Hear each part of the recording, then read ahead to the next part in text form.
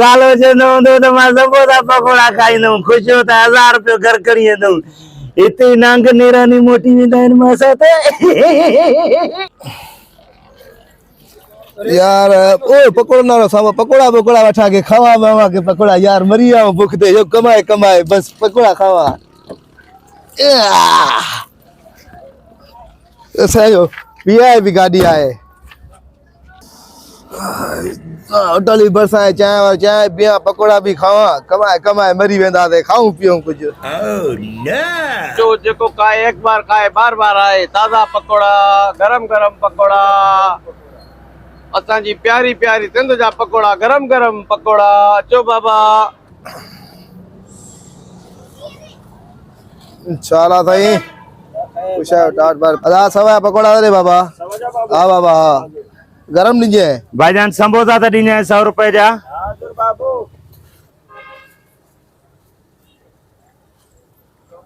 हां बाबू 100 रुपए जा समोसा दे 100 रुपए जा समोसा आदा अल्लाह कंजो भाईजान 100 रुपए तुझे अटकरी पे अभी मजा आएगा मुझो भाईजान हमके खीसे में 1000 रुपए हुयो 100 रुपए ना है भाईजान मां इयो खायो नी न न न न न न मुझो 1000 रुपए हुयो मुझो 1000 करे हुंदो उस्ताद चंगाई करे दिनो में खणी करे वरी 1000 रुपए चेंदो डिठम मां खणी दिन में वटू जे तो हिय न किया मुझा पैसा किरिया तो डिठा मां डिठम त साईं भाई डिठम न पैसा कम वो डिठे त खए ओ खायम तो खाई तो दिनम नी न त पो मुझे 100 रुपए न हुयो भाईजान मुझे खीसे में 1000 रुपए पे मुके इज्जत 1000 रुपए इयो ही पियो आ मां को पाण टक माने लईया वा और मुके गाड़ी आ रे 1000 रुपए छा मुके 5000 रुपए आ दिस बदो सदो पयो आ दिस अच्छा मुझो 1000 रुपए आ सजोरी मां कमाया तो बा सजो लोड़या तो टक में समझ गाल के मां तो चवाया जा तो तू टक में लोड़ मटे बुधार कम त मुझो 1000 रुपए आ ना है तुजो मुझो 1000 रुपए आ मुझो किरियो तू खणी करे 1000 खीसे में विझी लांती रे वरी मुके 100 रुपए तो दे हां बरो न कर पातर पातर रगो रर बोरो माके दे इज्जत सां त ये ट्रकियूं बकियूं न ते बंद करे छडे माके इज्जत सां 1000 रुपए दे नकर बाबा मां मानू घुराइंदो मैं बुधाए तो इते खामखा बदी छदो मैं थंबे दा माकोड़ा छडींदो मैं तो चवाए इते जीवन आराम करे छदो मैं नकर छड बाबा मां वेंदो मां पा कम सा वञो मके टायर भी मुझे पंचर थिया बाबा ने ना पैसा मां पकोड़ा जणायम 100 रुपए हां माके इज्जत सां दे तो या मां घुराया मानू माके दे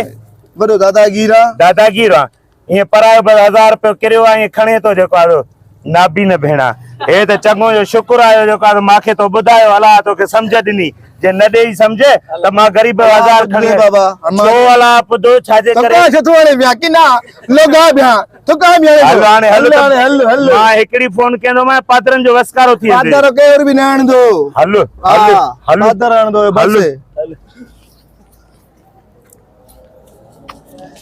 बस संपोदा नथो वठा उस्ताद निड़ी थी सड़े बदाज मो तो थे छडे जेको आ मां हला तो कटी रखिया त बस पाण खाई छड यार अजीब गाल तो करे ये शर्म आया अचणो खपे उन जो 1000 रुपए भी जबरदस्ती खसे वियो वरी चए तो त मैं समोसा भी मां खां कढराए वरी नथो वठे पैसा ना आन बे यार वडी गाल तो करे शर्म जी छाजी गाल आ बाबा शर्म जी गाल है ना यार 1000 रुपए एडो सारो उन गरीब को खसियो थी जबरदस्ती तू जो किरियो 100 रुपए चए तो उन जो 1000 रुपए किरियो पांजा पकोड़ा तरे 100 रुपए किरियो ये समोसन जा पैसा केर दींदो आने समोसा कढराया थी खाई पी वरी हल एड़ी है किस्मत है 1000 रुपया पकोड़ा है ए सब को कमी लाए मुझे आ का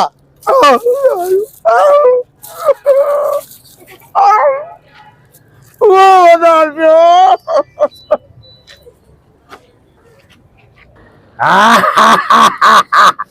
लालो चवंदो हूंदो त मां समोसा पकोड़ा खाईंदुमि ख़ुशि हो त 1000 रुपयो घर खणी वेंदुमि हिते नांग नेरानी मोटी वेंदा आहिनि मां सां त 1000 जो नोट कमायो वरी सुभाया बाग सुभा सां चरियाउनि जो असां कमाईंदासीं माण्हू था चवनि त पेट्रोल महांगा थी विया असां हीअं ई कमाईंदासीं हीअं ई विझराईंदासीं